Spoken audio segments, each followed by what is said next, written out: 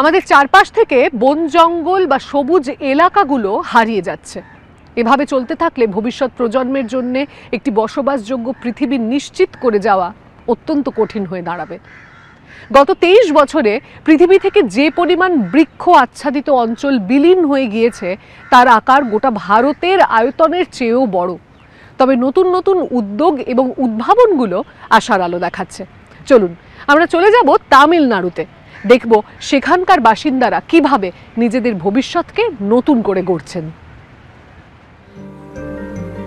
বড় হয়ে নিজের গ্রামে ফিরে এসেছেন আনন্দী, কিন্তু পশ্চিম তামিলনাড়ুর মনোরম এই খামারেও অস্বচ্ছ তাপমাত্রা। সময়ের সাথে তার গ্রামের অনেক পরিবর্তন হয়েছে, যার সবটাই ইতিবাচক নয়। ডে বাই ডে அந்த வெயில் எல்லாம் ரொம்ப ஜாஸ்தி ஆயிட்டே போகுது. তাপমাত্রা বাড়ছে, কখনো তা 40 বা 42 ডিগ্রি ছাড়িয়ে যায়। பாக்குறதுக்கு வேணா கிரீனா தெரியலாம், ஆனா ஹீட் உள்ள ஃபீல் பண்ணாதான் தெரியும். ஏன்னா முன்னாடி கிரீனா இருக்கும்போது நமக்கு அந்த சன்லைட் இருந்தாலுமே நமக்கு அது ஃபீல் ஆகாது. இப்போ எதுவுமே இல்லாதனால ஃபுல்லா டெம்பரேச்சர்லாம் ஜாஸ்தி ஆயிடுச்சு. நீங்க சொன்னா நம்ப மாட்டீங்க, இப்ப நான் நிக்கிறது கூட ஒரு குளம் தான். আমি দাঁড়িয়ে আছি, ஆனா இப்போ தரமட்டம் ஆயிடுச்சு, இங்க ஒண்ணுமே இல்ல, தண்ணி இல்ல, ஃபுல்லா டெல்லு முள்ள இருக்கு. ব্যবহারের অযোগ্য। ஆனா முன்னாடி இது வந்து குளமா இருந்துச்சு, குடிநீரே வாழ்வாதாரம் இங்க சுத்தி இருக்கிற மக்களுக்கு இதுவா தான் இருந்துச்சு। আনন্দের বয়স 24 বছর। বহু বছর তিনি গ্রামে থাকেননি।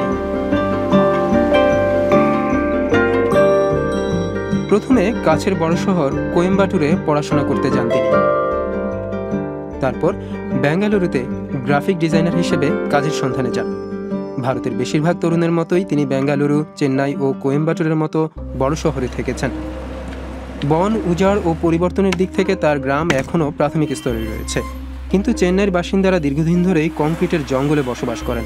একটি এনজিওর প্রতিষ্ঠাতা শোভা মেনন তেমনই একজন। இப்போ சிட்டிஸ்ல பாத்தீங்கன்னா நிறைய பில்டிங்ஸ் இருக்கு, பில்டப் ஏரியா ஜாஸ்தியா இருக்கிறதுனால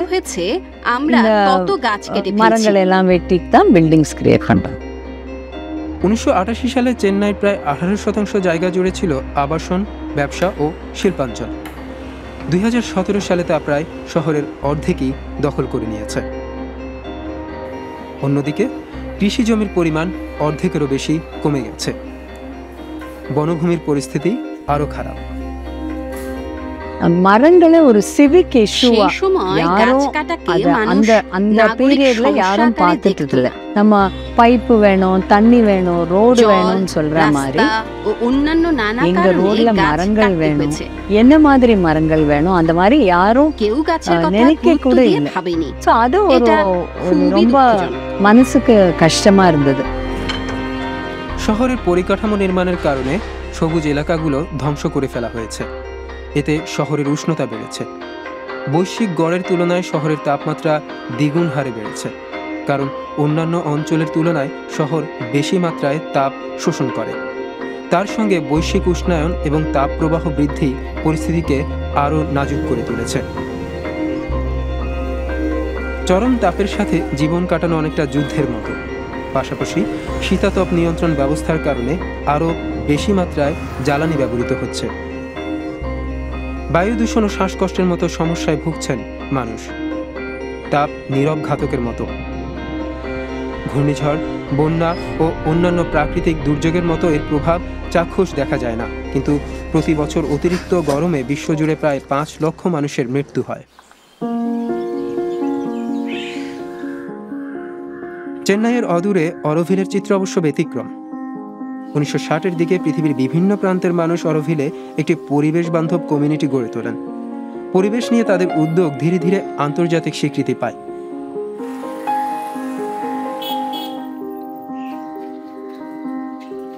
রেনু এই কমিউনিটির শুরুর দিককার একজন।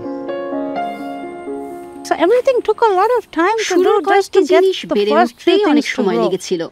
অনেক কিছুই মারা যাচ্ছিল, তারপর হঠাৎ করে সবকিছু বেড়ে উঠতে শুরু করে। And then we started studying what kind of species grows here. আমরা তা পরীক্ষা করে দেখলাম।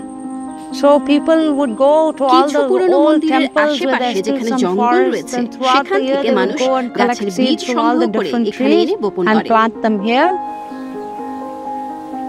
And then এভাবে over একের পর time এক চলতে থাকে। replant them. কাছের শহর চেন্নাই এর থেকে শিক্ষা নিতে পারে। গাছ কেবল ছায়া দেয় না বা সূর্যরশ্মি শহর থেকে প্রতিফলিত করে সরিয়ে দেয় না, বাষ্পীভবন নামক প্রক্রিয়ার মাধ্যমে চারপাশ ঠান্ডাও রাখে। এই কারণে শোভা মেননের মতো বাসিন্দারা নগর কর্তৃপক্ষের সাথে মিলে পদ্ধতিগতভাবে বৃক্ষরোপণ করে সেগুলোর পরিচর্যা করছেন। তারা কমিউনিটি পার্ক গড়ে তুলছেন, জলাশয়ের ধারে সবুজ অঞ্চল গড়ে তুলছেন। என்ன மாதிரி மரங்களை நம்ம আমাদের திரும்பி মূল கொண்டு লক্ষ্য வரலாம்? রোপণের জন্য எந்த সঠিক இடத்துல গাছ மரங்களை চিহ্নিত করা, நடணும், যথাযথ எப்படி জায়গা நடணும்? চিহ্নিত করা এবং அப்போ இங்க রোপণের என்னன்னா সর্বোত্তম পদ্ধতি நாங்க இந்த অনুধাবন அரிய করা। வகை மரங்கள் எல்லாம் வைக்க আমরা ஆரம்பிச்சோம். কট্টুরাপুরমে বিরল দেশজ প্রজাতি ஒரு রোপণ শুরু 1000 করেছি। கண்ணு இருக்கு, এখানে ட்ரீஸ், এখন হাজারেরও বেশি গাছ আছে। மூலிகைகள் எல்லாமே இருக்கு.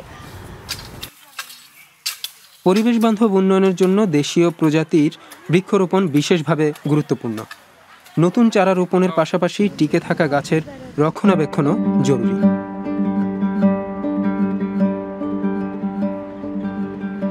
মুরলী মুরুগান প্রমাণ করেছেন এই কাজ সম্ভব। তিনি মুরলী আর্কিটেক্টসের প্রতিষ্ঠাতা। পরিবেশ বান্ধব উদ্ভাবনী ও স্থাপত্য এবং চেন্নাই ও তামিলনাড়ুর আরবান প্ল্যানিংয়ের জন্য তার সংস্থাটি পরিচিত। এই বাড়িটি তিনি বানিয়েছেন 1 দশক আগে, যার নাম দিয়েছেন তিনি বৃক্ষ আলিঙ্গনকারী। তিনি বাড়িটির নকশা এমনভাবে করেছেন যাতে বিদ্যমান গাছগুলোকে কেটে ফেলতে না হয়।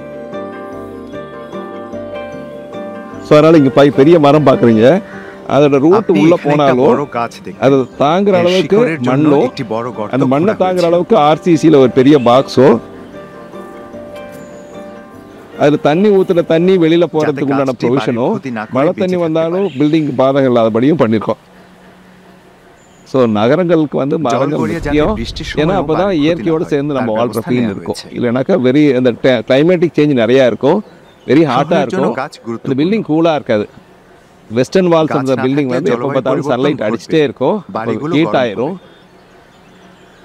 அதே அங்கே ஒரு மரம் வச்சிருந்தீங்கன்னா அந்த வெஸ்டர்ன் சன்னோட ஹீட்டை வந்து மரமே தாங்கிக்கும்.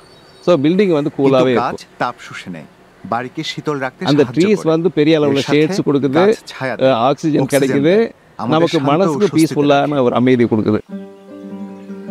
তিনি মনে করেন ছোট গাছ বা উদ্যান তৈরির সাথে সাথে বাড়ি তৈরির আগে সেখানে যেসব বৃক্ষ রয়েছে নির্মাণের সময় সেগুলোকেও জায়গা করে দিতে হবে।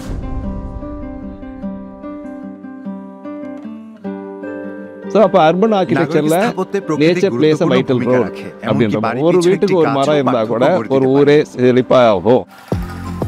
তাহলে 2050 সালে চেন্নাই কেমন হবে?